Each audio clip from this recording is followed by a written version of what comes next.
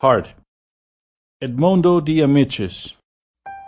In 1886, the novel Heart, Cuore, was published, and its author, Edmondo D'Amicis, became famous all over the world.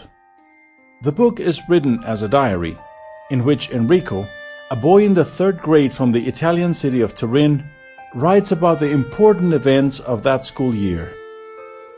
It is interspersed with letters he receives from his parents, as well as with monthly stories, some of which have become quite famous.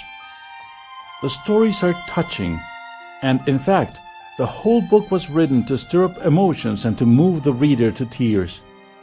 In this manner, Edmondo D'Amicis tried to involve his readers in the moral and social values such as duty, honor, patriotism, work, honesty, but above all love, which are essential in transforming children and young people into good men.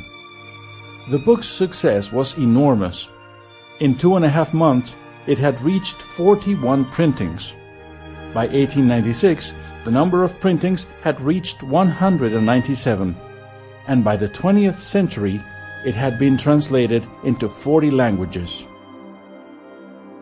Note from the editors of the audiobook. It is a great pleasure for us that you may now have this great classic in your ears, as well as in your minds, and we hope in your hearts, by means of this audiobook. We would like to remind our listeners that this classic story takes place in 19th century Italy, a time and a place very different from our own. Without many of the advances in technology that we now take for granted, such as the internet, mobile phones, computers, airplanes, and modern healthcare. This was, in fact, another era in human history. And of course, customs differed, in some ways, greatly from our own. For example, even in modern Italy, it is customary among men and children to greet each other with a kiss on the cheek as a sign of affection or formal greeting. In order for us to correctly understand the reasons for many of the happenings in the story, it would be necessary for us to travel back in time. But some things never change.